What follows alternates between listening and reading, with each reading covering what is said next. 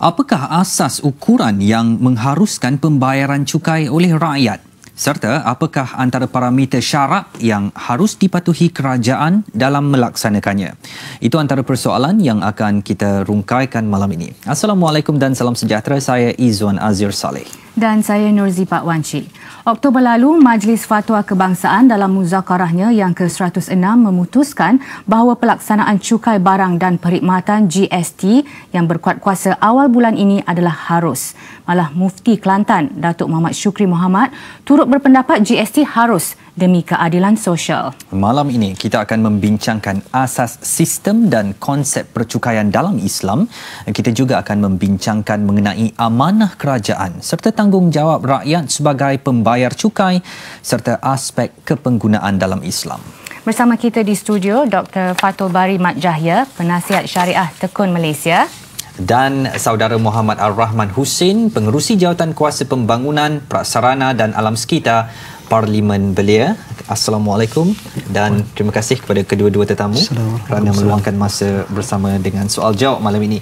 Saya nak mulakan dengan anak muda kita di hujung sana, saudara Rahman, yang kalau kita bercakap tentang cukai, Rahman, siapa rakyat ni yang gemar kepada 5 huruf ini, cukai ni, apatah lagi sekarang diperkenalkan 3 huruf GST ni pula. Jadi saya nak tahu kepentingan cukai ini dalam sebuah sistem bernegara ini.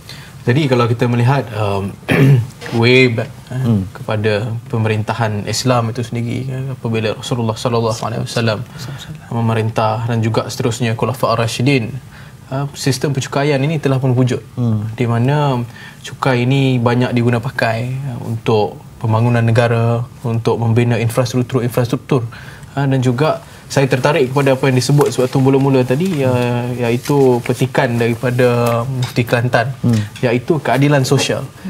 Saya percaya bahawa cukai ini merupakan salah satu penyumbang terbesar untuk kita mewujudkan sebuah masyarakat madani di mana keadilan sosial itu wujud. Okey, itu antara kata-kata pembuka daripada anda dan kita akan nanti mendalami lebih lanjut tentang apa yang anda berkatakan tu.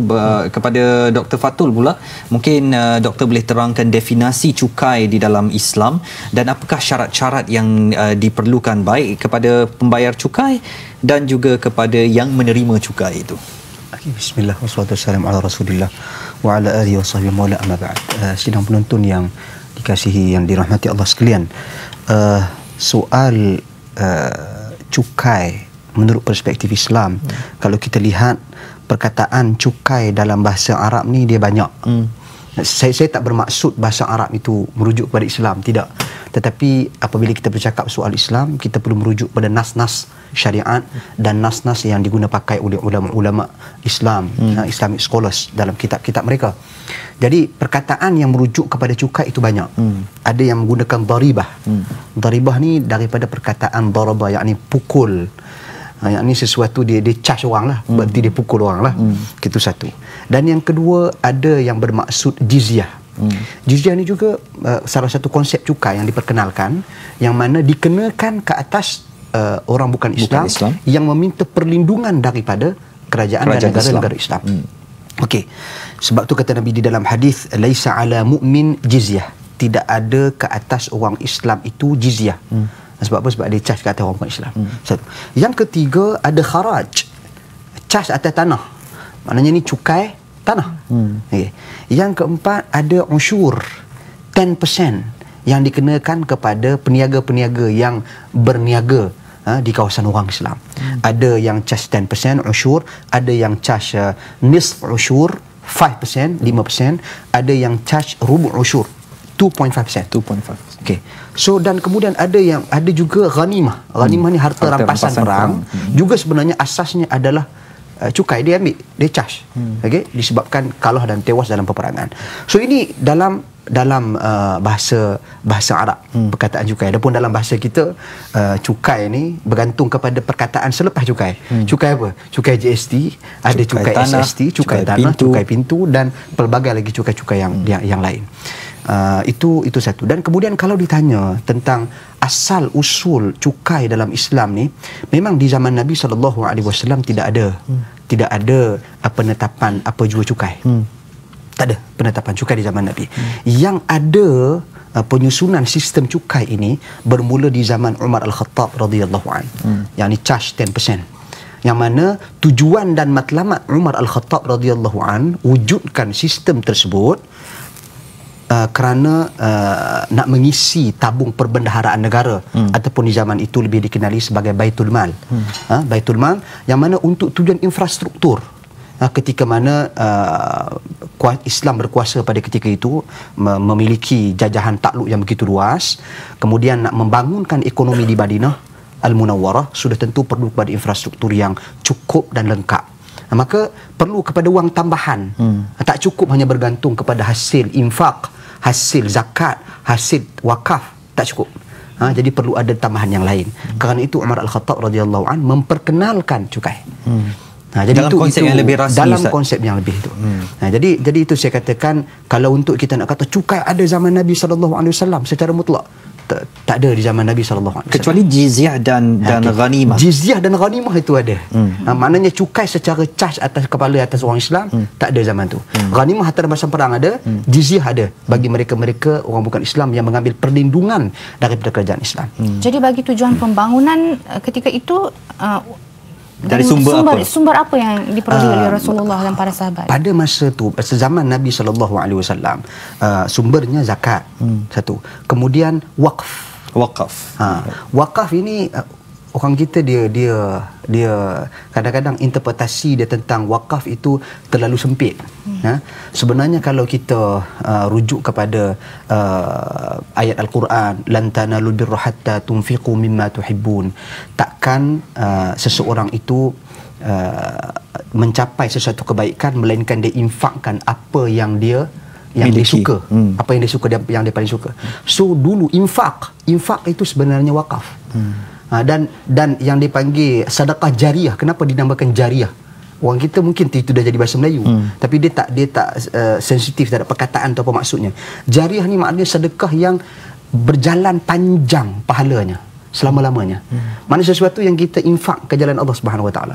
Jadi hasil infak itu dan juga hasil ghanimah dan juga hasil zakat yang dikenakan wajib ke atas orang Islam, yang ni yang digunakan untuk pembangunan ketika itu di zaman Nabi SAW. Jadi sebab agresifnya umat Islam pada ketika itu nak sedekah. Bayangkan hanya turun satu ayat Quran, lan tanalu birra hatta tunfiqu mimma tuhibbun. Sahabat Nabi dah sedekahkan satu ladang kurma dia untuk Islam. So sekarang ni banyak ayat Quran baca, tapi sedekah tu masih kita kena pertingkatkan lagi. Baik, Doktor, anda juga sebut dalam penerangan anda tentang istilah zakat ini, dan kebanyakan kita kadang-kadang ada juga mengambil ringkasannya bahawa zakat itu juga adalah cukai. Mungkin Doktor boleh terangkan perbezaan di antara zakat dan cukai, ataupun apakah sebenarnya zakat itu sendiri adalah satu bentuk cukai? Zakat, satu umum kita ketahui zakat itu rukun Islam. Nabi sebut di dalam hadis ketika mana haji wada', haji terakhir Nabi SAW, pertama dan terakhir, kata Nabi, innama dima'ukum wa amwalukum wa a'radukum haramun. Sesungguhnya darah kamu, harta benda kamu, maruah kamu haram sesama kamu cemarinya. Mengambil tanpa hak, menumpahkan darah tanpa hak, menjatuhkan maruah orang tanpa hak, haram. Daripada ayat hadis ini, sepakat para ulama dalam memahami hadis ini bahawasanya tidak ada apa-apa harta manusia boleh diambil oleh orang lain tanpa hak. Tak boleh. Melainkan zakat. Zakat di dalam Islam, bahkan di zaman Abu Bakar As-Siddiq radhiyallahu an, dia susun atur tentera untuk memerangi orang yang tak bayar zakat. Sebab apa? Sebab zakat bukan hak pemerintah, zakat bukan hak manusia, zakat hak Allah Subhanahu Wa Taala. Yakni satu kefarduan yang difardukan. Sebab itu sebahagian daripada ilmuwan Islam menyamakan konsep, saya katakan konsep zakat itu sama seperti konsep cukai. Maknanya dia ambil cas. Cuma zakat ini hak Allah Subhanahu Wa Taala, adapun cukai berbalik kepada hak pemerintah, bergantung kepada keperluan dan kemaslahatan. Jadi ternyata ada perbezaan di antara zakat dan cukai. Sudah pasti ada perbezaan. Kalau kita lihat dari segi penyelarasan cukai yang kita terpaksa buat sebagai individu setiap tahun, kalau kita membayar zakat pun kita ada kelepasan. Bagaimana? Mungkin saudara Ar-Rahman juga boleh kongsikan kepada kita persoalan yang ditanyakan oleh Izwan tadi, bagaimana pentingnya cukai itu dalam pembangunan negara dan juga zakat itu dalam pembangunan masyarakat yang memerlukan. Ummah secara keseluruhan. Pertamanya saya percaya zakat ataupun cukai ini sebagai salah satu orang kata bentuk pendapatan, merujuk kepada apa yang telah disebut oleh sahabat saya tadi, Ustaz Dr. Fathul Bari, bahawa zakat ini hak Allah Ta'ala. Apabila kita bercerita tentang hak Allah Ta'ala ini, tidak boleh tidak kita kena teruskan. Kita tidak boleh menyangkal dan sebagainya. Cukai ini sebagaimana Dr. Fathul Bari sebut tadi adalah hak pemerintah. Jadi untuk mencapai orang kata kesepaduan ummah ataupun orang kata keadilan sosial di kalangan ummah, maka cukai ini kita harus juga meletakkan beban tanggungjawab kepada pengutip cukai, iaitu kerajaan. Di mana pengagihan cukai perlu adil, di mana kita gunakan cukai itu perlu adil, kerana selaku umat Islam dan juga selaku rakyat negara ini, kita mempunyai hak untuk mengetahui di mana wang titik peluh kita dibelanjakan. Kerana kita yang orang kata di abad 21 ni we're very conscious. Kita pengetahuan pun dah banyak, kita ingin lebih tahu di mana. Dan juga kalau kita melihat kepada sebuah laporan market ataupun market report yang telah saya baca pada tahun 2012 oleh AC Nielsen, mengatakan bahawa kebanyakan household orang Melayu ini telah pun bertambah pendapatannya, di mana selain daripada pertambahan pendapatan, mereka juga membayar zakat yang lebih banyak. Hari ini kita lihat lebih banyak orang membayar zakat harta selain daripada zakat fitrah. Kemudiannya hari ini kita melihat kebanyakan golongan pertengahan yang beragama Islam mula mendekati barangan-barangan Islam, lebih menitik beratkan halal haramnya sesuatu perkara itu. Maka di sini kita melihat bahawa cukai ataupun zakat perlu diselaraskan dan orang kata the organisation itself, and of course bagaimana kita menyalurkan bantuan itu perlu ditambah baik. Saya mungkin sambung sikit apa yang Saudara Ar-Rahman sebutkan. Cantik tadi dia sebut berkenaan dengan pengagihan. Okey, dia sebenarnya konsep zakat, prinsipnya ada di situ. Kita kutip zakat tu dengan hak, maknanya bila dia ada haul, dia ada nisab, dia ada cukup matang dia tempohnya, dan dia ada cukup, yakni dari sudut jumlah itu mencukupi. Dia tak boleh kurang kita kategori menzalimi orang yang bayar zakat tu, dan dia tak boleh tak matang lagi. Itu kerana itu ditetapkan oleh syarak. Maknanya kutip pun dengan hak. Dan kemudian pengagihan zakat pun dia ada prinsip dia. Dia ada 8 asnafnya, 8 kelompok yang berkelayakan menerima zakat, yang tak boleh sewenang-wenangnya kita berikan kepada sesiapa. So macam tu juga bila kita bercakap konsep cukai pada hari ini. Sebab tu Al-Imam Nawawi rahimahullah, seorang ulama besar, wafat tahun 676 Hijrah, dia bila dia mengulas hadis Nabi yang saya kira sangat popular disebarkan dalam WhatsApp group, pada hari ini WhatsApp lebih, saya kira viralnya sesuatu isu itu dari WhatsApp lebih cepat daripada media-media sosial yang lain. Antaranya hadis Nabi yang daripada riwayat Tirmizi disebut, la yadkhulul jannata sahiba maksin, tidak akan masuk syurga pemungut cukai. Maka ini disebarkan tu, kemudian banyaklah andaian persepsi umum masyarakat awam yang sudah tentu bila menerima hadis Nabi ni, ini hadis Nabi, tak boleh pungut cukai, pemungut cukai semua masuk neraka. Jadi sepatutnya kita perlu melihat interpretasi sahiba maks, pemungut cukai yang dimaksudkan dalam hadis tu apa. Perkataan maks, mim, kaf dan sin dalam hadis itu sebenarnya, kata Al-Imam Nawawi rahimahullah, bukan merujuk pada cukai semata-mata, tidak.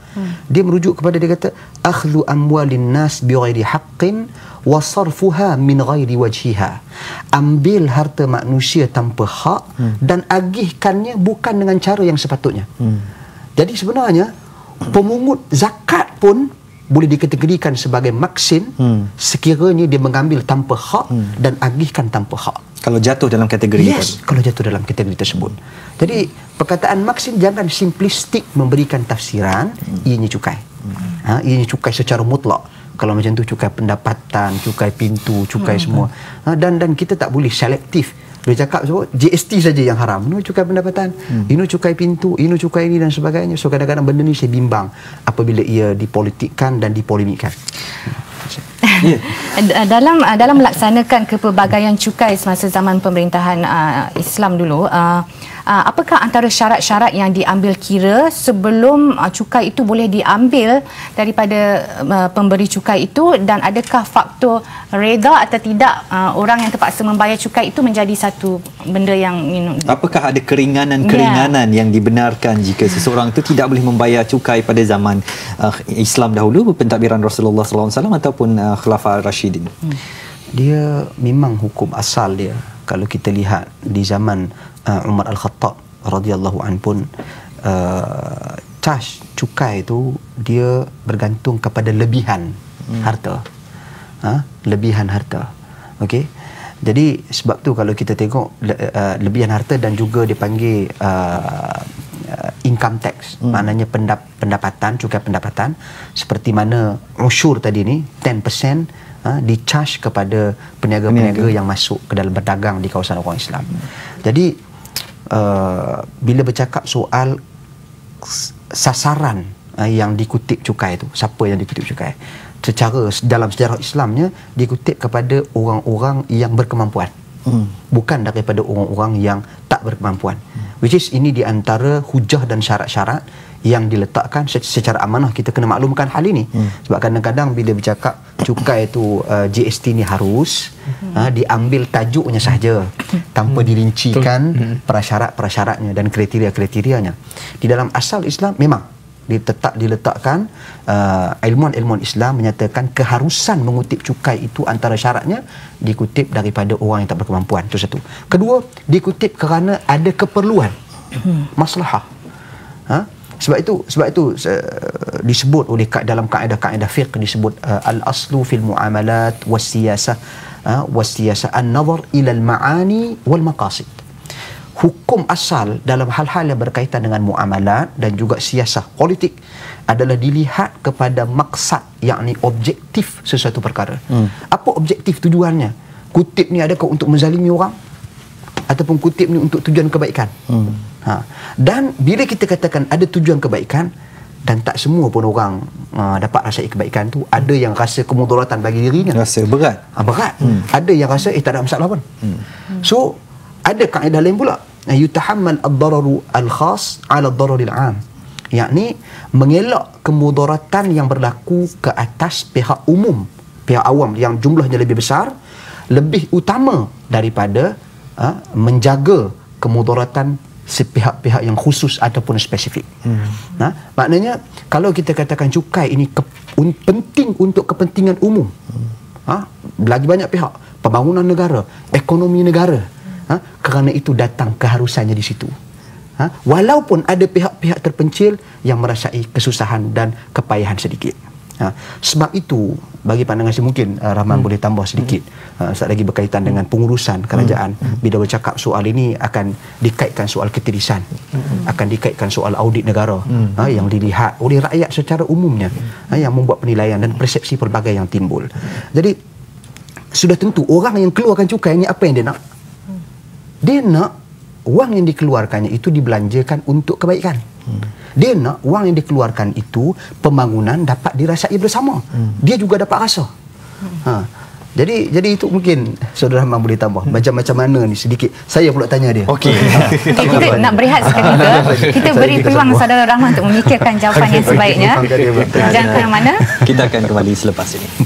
Baik, bertemu kembali dalam soal jawab, dan saya percaya anda dalam minggu ini banyak melihat di paparan laman-laman sosial resit-resit yang diletakkan oleh ramai pihak yang kebanyakannya mempersoalkan ataupun menerima konsep GST ini. Saya nak ke Saudara Rahman untuk menerangkan tentang kekeliruan sesetengah masyarakat kita tentang apakah sebenarnya dengan pelaksanaan GST ini, cukai perkhidmatan atau SST itu sebenarnya telah dihapuskan, tetapi bagaimana pula dengan dakwaan-dakwaan ada di setengah-setengah restoran yang berkelas tinggi ataupun di hotel yang masih ada 10% katanya SST ini. Bagaimana anda melihat senario ini?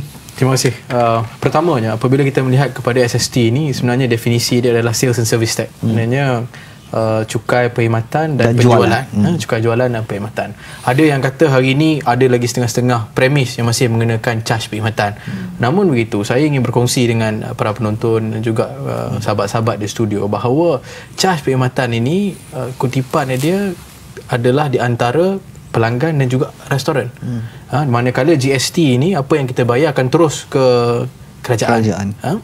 Jadi di situ 2 hari yang lepas kami melihat, saya sendiri telah melihat, kalau kita nampak KPNKK melalui KSU-nya telah pun mengeluarkan sebuah kenyataan di mana caj perkhidmatan 10% ini hanya boleh dikenakan kepada pengguna sekiranya wujud collective agreement di antara pengusaha restoran ataupun pemilik premis dengan pekerja-pekerja.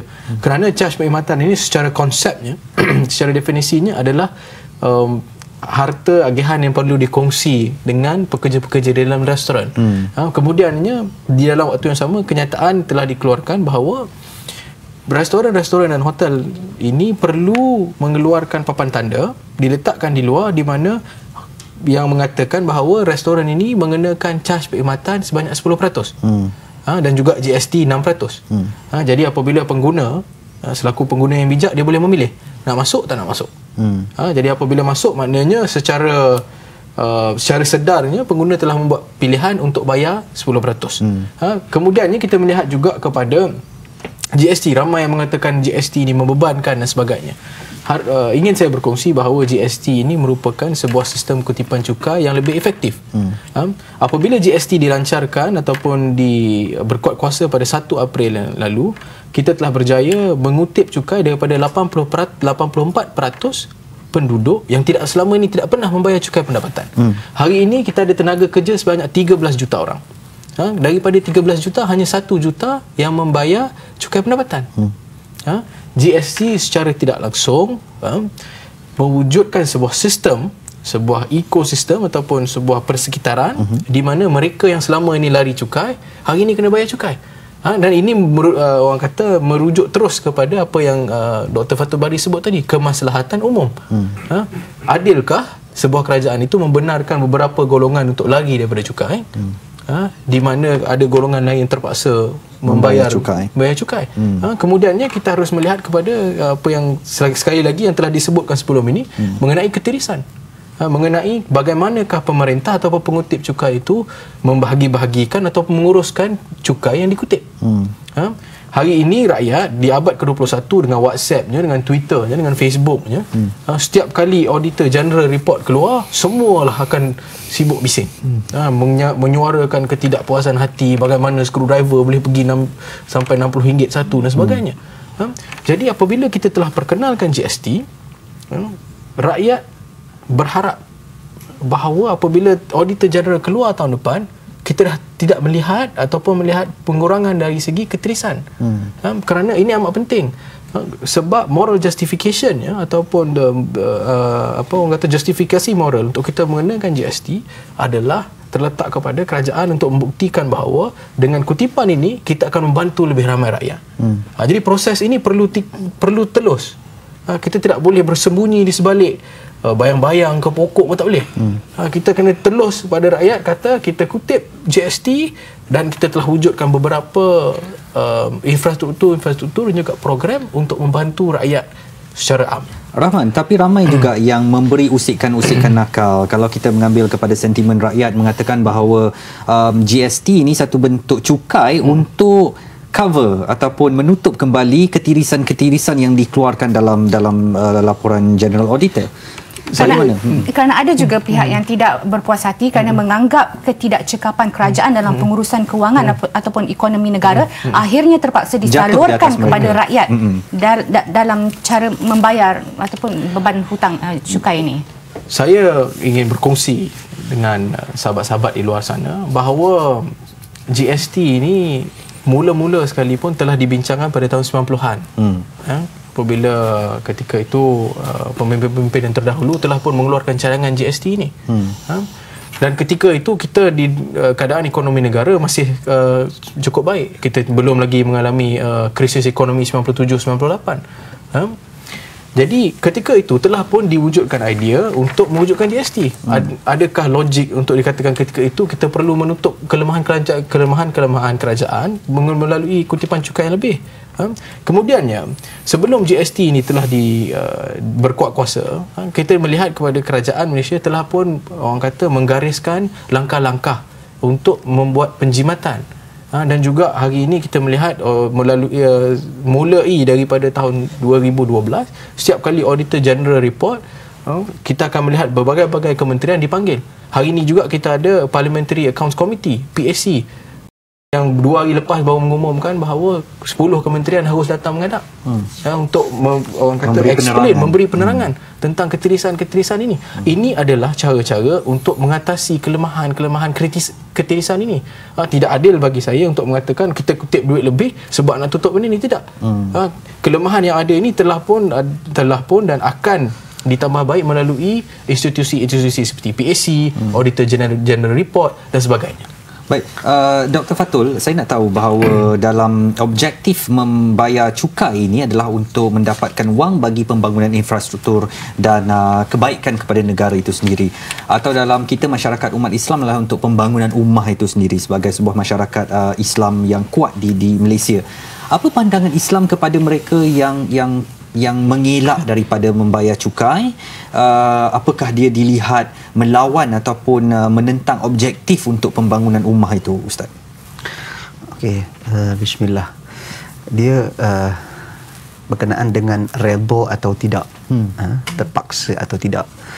Saya melihat bahawasanya apabila sesebuah kerajaan itu mengeluarkan sesuatu arahan untuk kepentingan umum, bukan untuk kepentingan peribadi pihak-pihak tertentu, maka menjadi satu tanggungjawab bagi rakyat menunaikan hak-hak tersebut.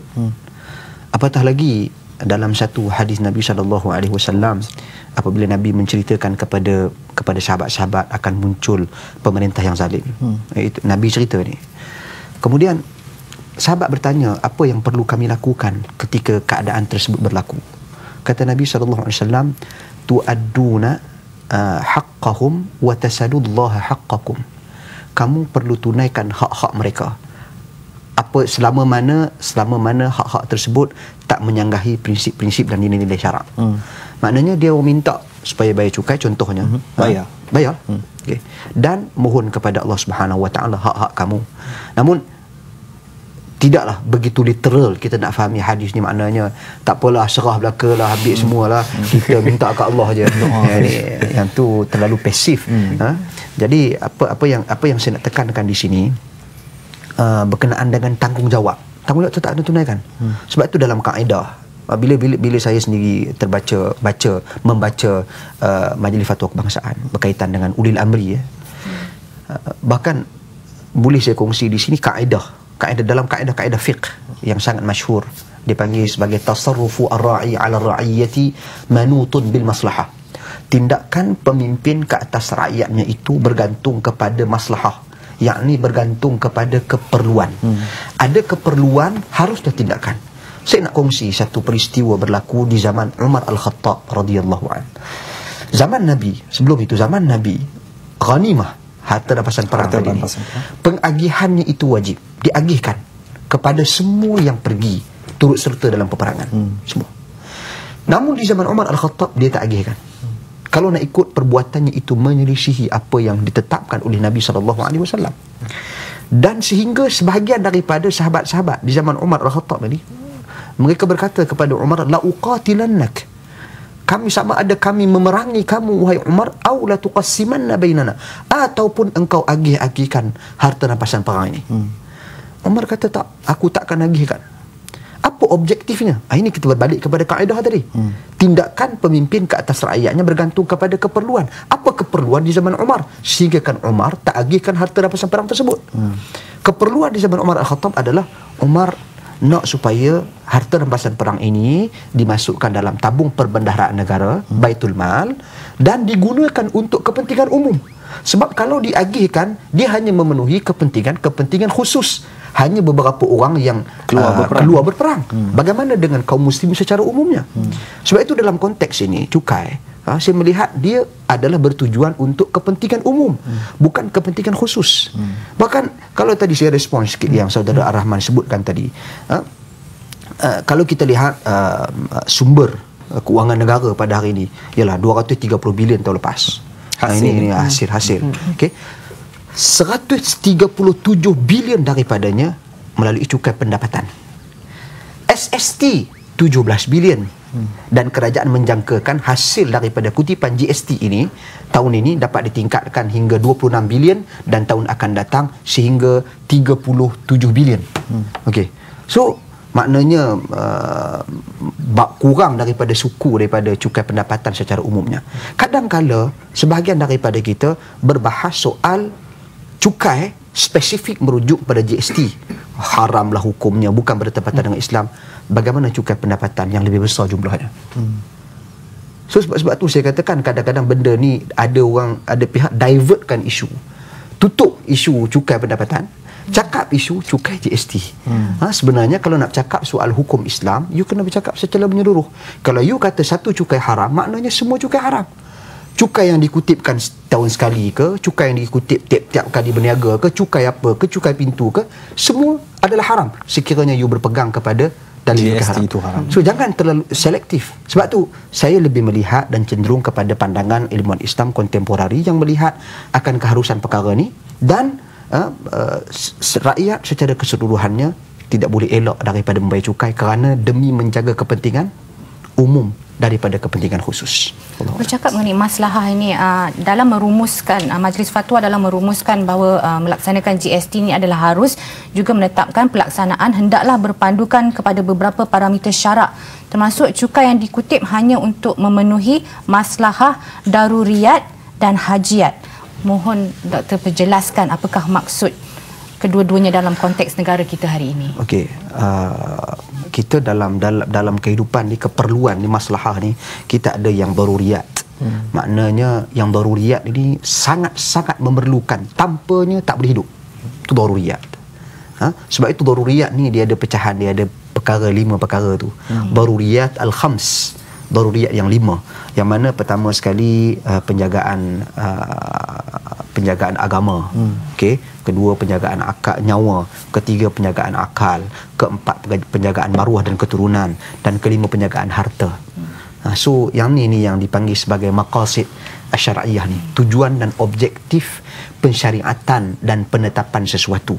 Yang ni perlu dilihat kepada daruriyat, keperluan yang 5 ni. Apa tujuan kita kutip cukai? Tengok dari mana. Dan ada pun hajiat. Hajiat ni maknanya perkara yang bukan kata kita tak boleh hidup tanpanya, untuk keselesaan, tetapi untuk yang tu tahsiniat, yang tu penambahbaikan dan selesa. Yang ni cukup-cukup je untuk hidup. Cukup-cukup saja hajiat. Contohnya seperti apa?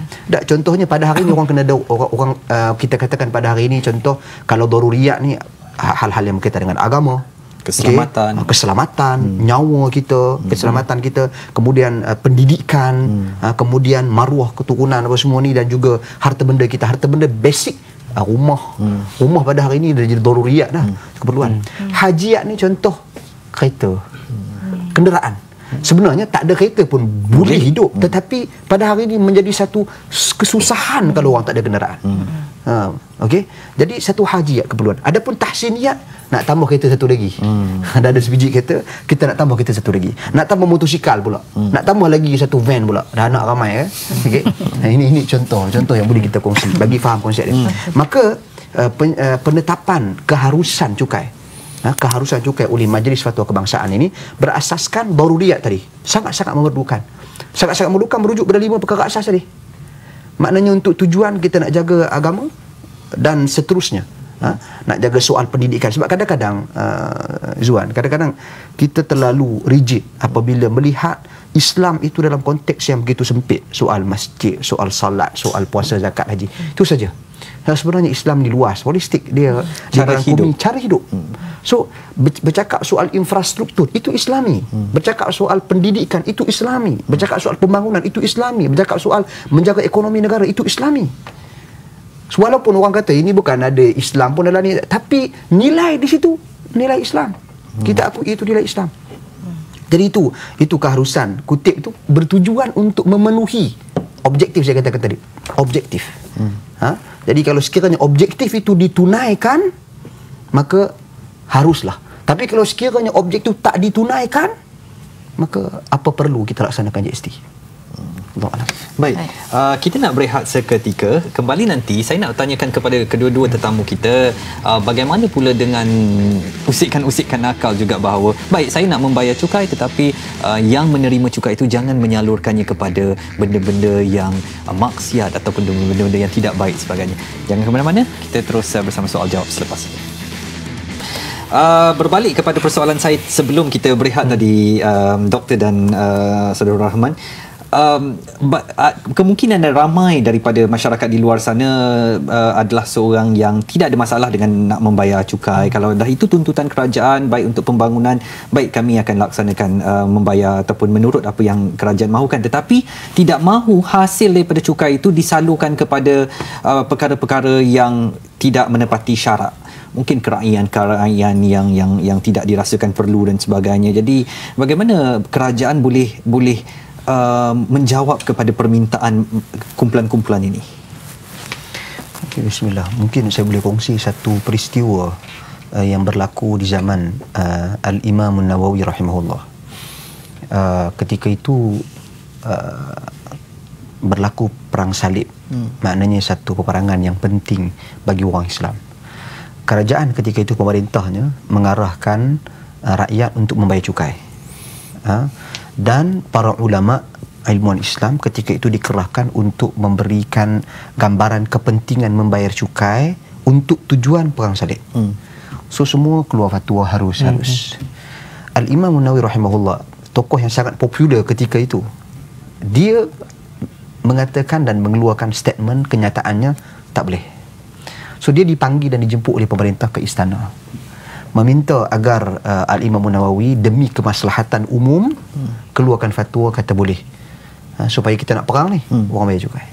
Kata Al-Imam Nawawi rahimahullah, dia kata bukan aku tak nak keluarkan fatwa harus, akan tetapi oleh kerana pemerintah raja sendiri ketika itu dilihat bermewah-mewahan, gundiknya ramai, kemudian pakaian-pakaiannya sangat mewah, kenderaannya mewah, tempat tinggalnya mewah. Jadi bagaimana aku nak memfatwakan dan mengeluarkan harus rakyat membayar cukai sedangkan pemerintah bersenang-senang? So ini kalau kita relate dengan konteks hari ini, banyak benda yang kita bukan nak menyentuh individu dan pihak-pihak tertentu, tidak. Akan tetapi perkara yang perlu kerajaan muhasabah. Orang bayar cukai sama ada dia rela bayar cukai ataupun dia terpaksa. Tadi kita dah jelas, terpaksa ataupun rela. Dan rela bayar cukai ni dia sudah tentu nak wang tersebut dibelanjakan dengan cara yang berhemah. Maknanya dia rasai kebaikan daripada wang tersebut, daripada hasil kutipan tersebut dia rasai.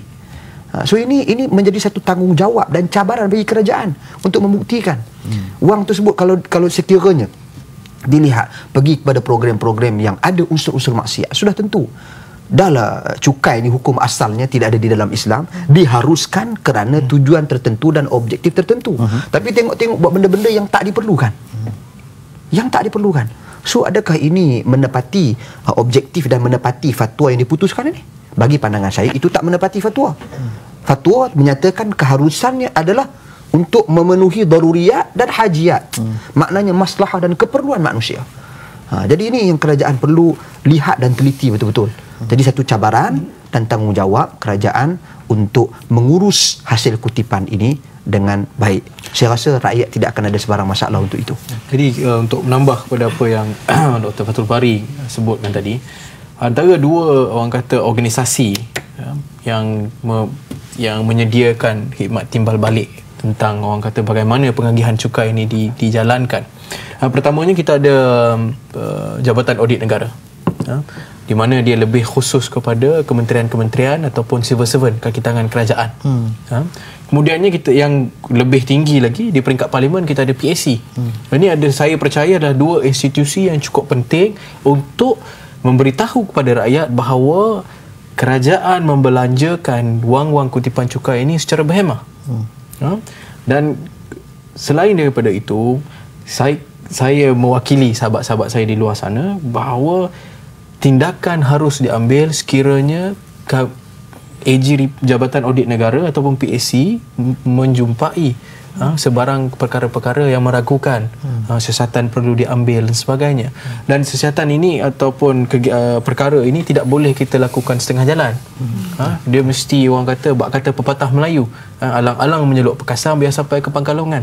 Kalau kata kita dah jumpa perkara ini tidak betul, duit cukai ini dibelanjakan dengan cara yang tidak berhemah dan mempunyai, orang kata, menimbulkan was-was. Jadi selaku dua badan ini harus tidak mahu tidak harus get to the bottom of things. Kerana hari ini keperluan pengundi dan juga keperluan rakyat, mereka mahukan rasa selamat. Rasa selamat di mana wang saya dibelanjakan di jalan yang benar. Dan tidak dibelanjakan untuk membiayai kepentingan pihak-pihak tertentu. Seperti mana juga ketika zaman pemerintahan Umar Al-Khattab, sebelum dia melantik governor-governor, kerana dia telah memecahkan Mekah kepada 8 bahagian, 8 negeri atau daerah. Jadi sebelum dia melantik governor-governor itu, Umar Al-Khattab telah pun menetapkan bahawa pertamanya governor-governor ini tidak boleh dilihat menggunakan kuda Turki. Kemudiannya tidak boleh dilihat bermewah-mewah seperti yang Dr. Fathul Bari sebut sebentar tadi. Kerana kutipan cukai ini harus digunakan untuk kemaslahatan umum, yang kita sebut tadi daruriyat dan juga hajiat, bukan untuk kepentingan pihak-pihak tertentu. Baik. Doktor, kita nak tanya sikit doktor tentang bagaimana doktor melihat persediaan kerajaan dalam melaksanakan GST ini sendiri. Di satu pihak kita melihat tujuannya baik adalah untuk memenuhi maslahah umum, dan di satu pihak lagi kita lihat banjiran komen-komen daripada masyarakat umum di media-media sosial tentang isu-isu yang berbangkit mengenai GST dan banyak persoalan yang masih belum terjawab. Adakah doktor merasakan ini masa yang terbaik untuk kerajaan muhasabah dan melihat di mana kelemahan mereka dari segi persediaan untuk melaksanakan sesuatu yang penting seperti ini yang melibatkan masyarakat umum? Okey, bismillah. Saya melihat bahawasanya kita berada dalam testing period sekarang. Maknanya tempoh percubaan. Dan kalau kita nak katakan persediaannya, saya minta maaf, mungkin saya boleh kaitkan sedikit dengan hudud. Orang kata hudud tak dilaksanakan lagi, tapi GST dilaksanakan. So apa masalahnya hudud, kenapa kita katakan kita tangguh? GST kenapa kita nak laksanakan? So dia sebenarnya secara kita katakan kalau penimbang penimbang dia tu berbeza sebenarnya hakikat kedua-dua perkara ni. Kalau hudud dia membabitkan isu perlembagaan, nak ubah dan gubal semula beberapa perkara dalam perlembagaan tu sendiri, which is ini sangat luas dan perlu dibentangkan dalam parlimen dan sebagainya, kelulusan dan sebagainya. Berbeza dengan isu GST, cukai memang merupakan salah satu sumber pendapatan negara. Sebelum ini memang dah ada pun SST, Sales and Services Tax. So sekarang ni cuma ditukarkan kepada GST, yang Goods and Services Tax, yang mana pengutipan cukai itu lebih efisien dan efektif. Itu je, disusun balik je cara pengutipan cukai tu. Orang distrukturkan semula dan siapa pun tak boleh lari daripada cukai. Jadi bukan mengadakan satu benda baru. Jadi bila bercakap soal kesediaan, memang kerajaan dah bersedia. Bukti bersedia kesediaan itu, isu ni dibangkitkan sejak awal 90-an. Bukan baru dibangkitkan. Okay? Jadi dan kemudiannya pada hari ini saya minta maaf, isu politik ia dipolitikkan dan dipolemikkan. Okay.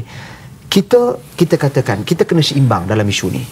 Soal pelaksanaan GST, dan pada masa yang sama kita juga nak ketelusan dan kurangnya ataupun tiadanya ketirisan.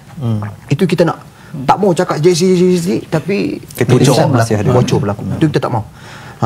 Untuk lebih berimbang, pihak yang tak nak ketirisan pun sokonglah GST juga.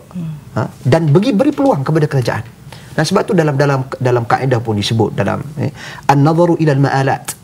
Maknanya kita dalam testing period ini kita melihat kepada kesan GST tu.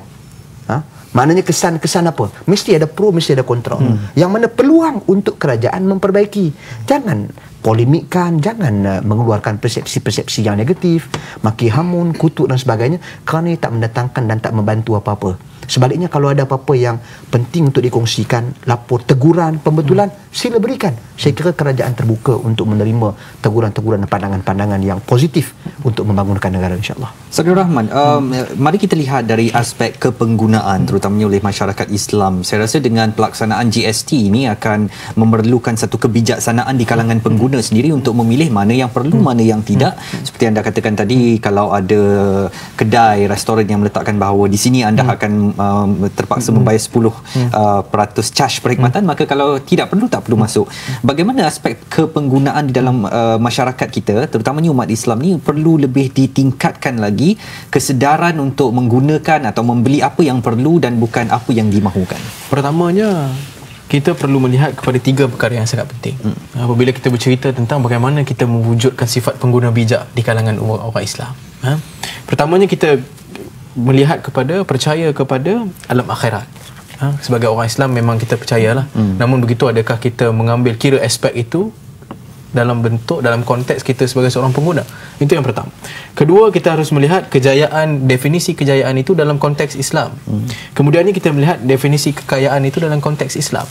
Jadi apabila kita menggabungkan ketiga-tiga perkara ini, baru kita mewujudkan suatu persekitaran di mana kita ada peniaga yang apabila dia meniaga, dia memandang kepada, aku nak menipu ke aku tak nak menipu? Kalau aku menipu lagi, dosa akhirat dan sebagainya. Kemudiannya kita ada juga pengguna yang orang kata lebih conscious, di mana dia mencari perkara-perkara yang halal.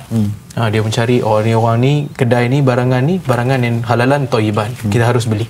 Kita harus lebihkan yang itu daripada jenama-jenama yang lain. Itu pertama, aspek pertama, percaya kepada alam akhirat. Keduanya, kita melihat kepada kejayaan. Apakah kejayaan itu definisinya dalam Islam? Kejayaan dalam Islam adalah mendapat redha Allah Subhanahu Wa Taala. Apabila kita meninggalkan dunia nanti, kita mahukan keredaannya. Hidup dalam dunia pun mahukan keredaannya, barakahnya.